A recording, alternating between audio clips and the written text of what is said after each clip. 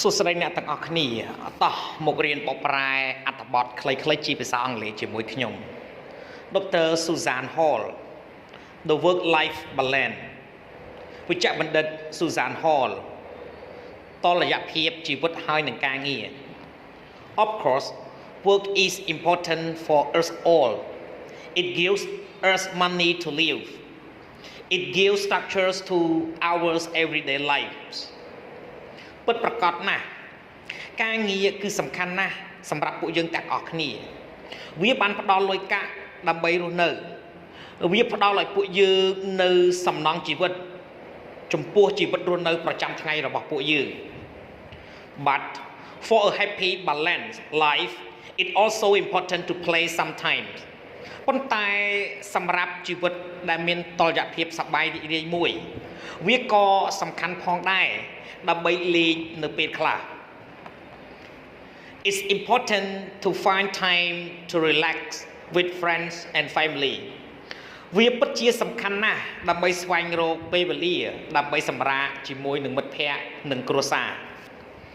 It's not good to think about work all the time វាគឺមិនល្អនោះទេដើម្បីគិតអំពីការងារគ្រប់ពេលវេលា I know from my work as a doctor that it's sometimes difficult not to take your work problem home but if you take your problem home you never relax and it's difficult for your family and bad for your health ខ្ញុំបានដឹងពីការងាររបស់ខ្ញុំក្នុងនាមជាវិជ្ជបណ្ឌិតម្នាក់នោះគឺពេលខ្លះវាពិបាកណាស់ដោយមិននាំបញ្ហាការងារមកផ្ទះប៉ុន្តែប្រសិនបើអ្នកនាំបញ្ហារបស់អ្នកមកផ្ទះអ្នកមិនដែលបានសម្រាកឡើយហើយវាគឺពិតជាពិបាកណាស់សម្រាប់គ្រួសាររបស់អ្នកហើយវាមិនល្អទេសម្រាប់សុខភាពរបស់អ្នក Don't live to work work to live កុំរស់នៅដើម្បីតែធ្វើការដើម្បីរស់នៅ Life is more than work ជីវិតគឺវាមានសារៈសំខាន់ជាងការងារ What's in my bag តើមានអ្វីនៅក្នុងកាតាបរបស់ខ្ញុំ Christina What's in my bag តើមានអ្វីនៅក្នុងកាតាបរបស់ខ្ញុំ Well there's my phones and my purse of course បានមានទូរស័ព្ទរបស់ខ្ញុំហើយនឹងកាបូបលុយរបស់ខ្ញុំតាមពិតទៅ I have some pens ខ្ញុំមានប៊ិចខ្លះ I always have some pens ជានិច្ចកាលខ្ញុំមានប៊ិចខ្លះ A blue one and a red one ពណ៌ខៀវមួយហើយនិងពណ៌ក្រហមមួយ And there's my diary ហើយមាននៅសៀវភៅកំណត់ហេតុរបស់ខ្ញុំមួយ I need to know what appointment I have ខ្ញុំត្រូវការដឹងថាការណាត់ជួបអ្វីដែលខ្ញុំមាន And I have a lipstick ហើយខ្ញុំមានក្រែមលាបបបោមាត់មួយ Oh and keys អូហើយកូនសោផងដែរ I have some keys my house keys and my car keys ខ្ញុំមានកូនសោខ្លះសោផ្ទះរបស់ខ្ញុំហើយនិងសោឡានរបស់ខ្ញុំ And that's all ហើយនោះគឺអស់ហើយ My new flat ផ្ទះល្វែងរបស់ខ្ញុំ My new flat is near the centers of town so I often walk to work ផ្ទះល្វែងរបស់ខ្ញុំស្ថិតនៅក្បែរចំណុចកណ្ដាលនៃទីក្រុងដូច្នេះជាញឹកញាប់ខ្ញុំដើរទៅធ្វើការ It's not very big but it's very comfortable វាមិនសូវជាធំទេប៉ុន្តែវាពិតជាមានផាសុកភាពណាស់ There's just one bedroom a living room and quite a big kitchen with tables in the centers មានបន្ទប់គេងមួយបន្ទប់ទទួលភ្ញៀវមួយនិងផ្ទះបាយមួយដ៏ធំជាមួយនឹងតុនៅចំណុចកណ្ដាល This is good because I love cooking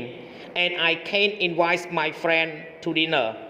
នេះគឺពិតជាល្អណាស់ពីព្រោះតែខ្ញុំចូលចិត្តការចម្អិនអាហារហើយខ្ញុំអាចអញ្ជើញមិត្តភ័ក្តិរបស់ខ្ញុំដើម្បីមកញ៉ាំអាហារពេលល្ងាច The living room has one big windows បន្ទប់ទទួលភ្ញៀវមានបង្អួចមួយដ៏ធំ It faces south so it's always very sunny វា បែរមុខទៅទិសខាងត្បូងដូច្នេះជានិច្ចកាលវាគឺមានពន្លឺព្រះអាទិត្យច្រើនណាស់ I have two comfortable old armchairs but I don't have a sofa because the room is quite small ខ្ញុំមានកៅអីដែលមានផ្នែកដៃចាស់ដែលមានផាសុកភាពចំនួន2ប៉ុន្តែខ្ញុំអត់មានសាឡុងវែងនោះទេពីព្រោះតែបន្ទប់គឺតូចខ្លាំងណាស់ There isn't a garden but there's a small balcony in my bedroom มันមានសួនច្បារមួយទេប៉ុន្តែមានយកបុកផ្ទះមួយនៅក្នុងបន្ទប់ទទួលភ្ញៀវរបស់ខ្ញុំនៅក្នុងបន្ទប់គេងរបស់ខ្ញុំ I want to put a chair there so I can sit in the sun on summer's evening ខ្ញុំចង់ដាក់កៅអីមួយនៅទីនោះដូច្នេះខ្ញុំអាចអង្គុយនៅក្រោមពន្លឺព្រះអាទិត្យនាពេលល្ងាចរដូវក្តៅ I love my flat for many reasons the big kitchens the sunny living room but most of all I love it because it's my first home ខ្ញុំពេញចិត្តផ្ទះល្វែងថ្មីរបស់ខ្ញុំសម្រាប់ហេតុផលជាច្រើនមានផ្ទះបាយដ៏ធំមួយមានបន្ទប់ទទួលភ្ញៀវដែលមានពន្លឺព្រះអាទិត្យប៉ុន្តែអ្វីដែលសំខាន់ជាងគេបំផុតនោះគឺខ្ញុំស្រឡាញ់វាពីព្រោះតែវាគឺជាផ្ទះដំបូងរបស់ខ្ញុំសូមអរគុណសម្រាប់ការទស្សនាវីដេអូសូមជួយចុច Subscribe Like Share និងរូបកណ្ដឹងទៅកាន់ Channel Don Sreyoun ដើម្បីទទួលបានវីដេអូថ្មីៗសូមអរគុណ